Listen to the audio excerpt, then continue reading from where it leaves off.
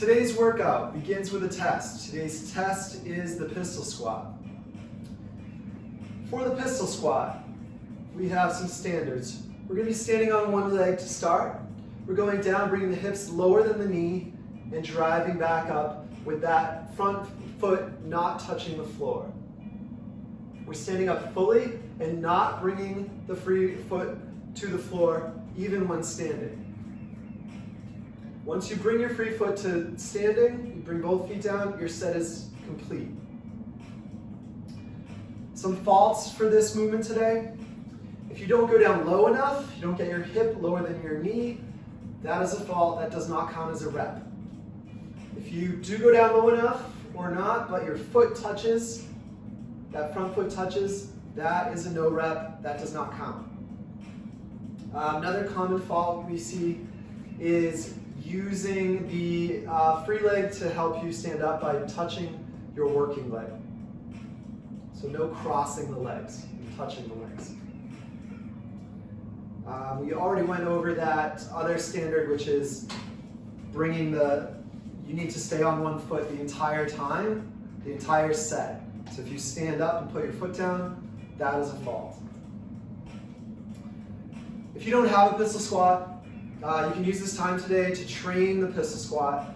A training tool we like to use is a box or a chair or a table, a low one. Just sit back to that box and learn to just touch it lightly before driving up. So you're not dependent too much on that box. You're learning to build control at the bottom. So that's an example of using and depending on it and leaning forward. We want to just touch lightly to the box and drive up.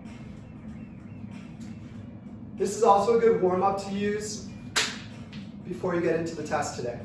Warm up with a box.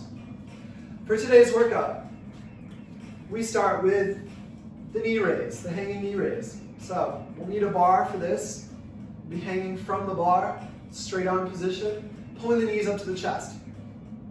Then back down to a straight hip position at the bottom, fully extended hip. Arms are straight, arms are not bent. If you don't have a bar in your house today, our substitute for this is going to be the lying lying knee raise. You're going to start with the legs out straight. You're going to pull your knees up into your chest. Try to get your butt off the floor and then back to straight legs. Our second movement today is the dumbbell squat. For the dumbbell squat, ideally we have a set of dumbbells. Put the dumbbells up over the shoulders.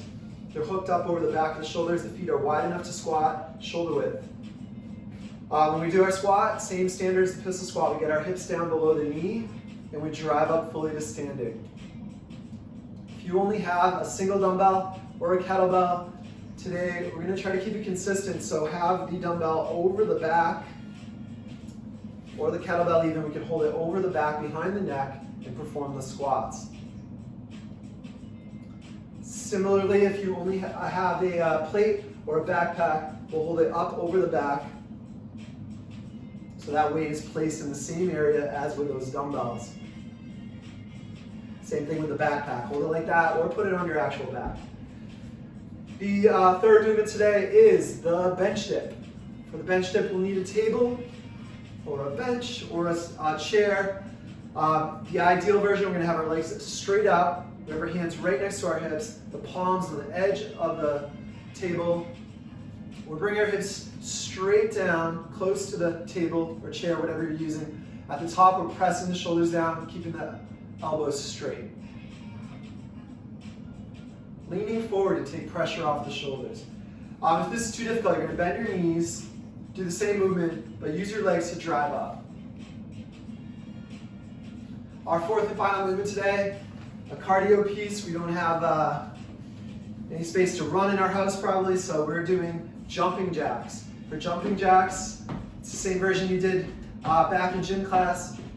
We're going to try to keep our elbows slightly bent and our knees slightly bent the whole time to keep it contained, less crazy like you did back in gym class.